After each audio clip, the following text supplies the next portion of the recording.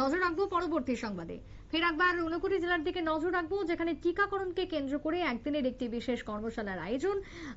বিশেষ করে স্বাস্থ্য পরিবার কল্যাণ সমিতির উদ্যোগে জেলাভিত্তিক শুক্রবার টিকাকরণ সম্পর্কে একদিনের এই মিডিয়া সংবেদনশীল কর্মশালার আয়োজন করা হয়। জেলা মুখ্য স্বাস্থ্য আধিকারিক অফিসের কনফারেন্স হলে আজকের এই কর্মশালা ছিল আয়োজন। কি বক্তব্য উঠে এসেছে এই কর্মশালাকে কেন্দ্র করে জেলা টিকাকরণ আধিকারিকের থেকে, শুনুন।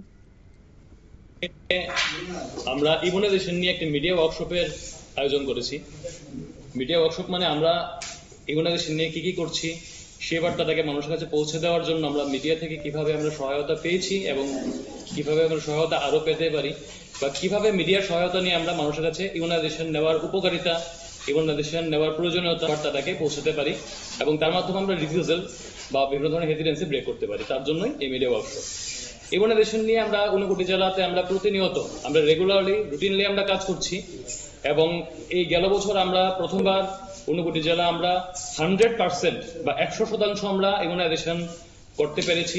প্রত্যেকটি শিশুকে আমরা ইমিউনাইজ করতে পেরেছি এবং আমরা এই বছরও সেই প্রচেষ্টাই করছি যে আমরা যাতে প্রত্যেকটি শিশুকে মানে 100% শিশুকে আমরা যাতে ইমিউনাইজড বা ভ্যাকসিনেটেড করতে পারি এবং সেই উদ্দেশ্যে আমরা প্রতিনিয়ত কাজ করছি। আমাদের জেলার প্রত্যেকটি সাব সেন্টারে, প্রত্যেকটি পিএসসিতে, প্রত্যেকটি হাসপাতালে প্রত্যেক সপ্তাহে প্রতিনিয়ত রুটিনলি আমাদের ইমিউনাইজেশনের কাজ হচ্ছে এবং আমাদের টার্গেট একটাই আলটিমেট, যাতে আমরা 100% 100% বাচ্চাকে যাতে আমরা ভ্যাকসিনেশন করতে পারি, যাতে কোনো শিশু যাতে বঞ্চিত না হয় ভ্যাকসিনেশন থেকে এবং তার মাধ্যমে যাতে আমরা প্রত্যেকটি শিশুকে এবং পুরো কমিউনিটিকে, পুরো এলাকাকে, পুরো জেলাকে যাতে আমরা।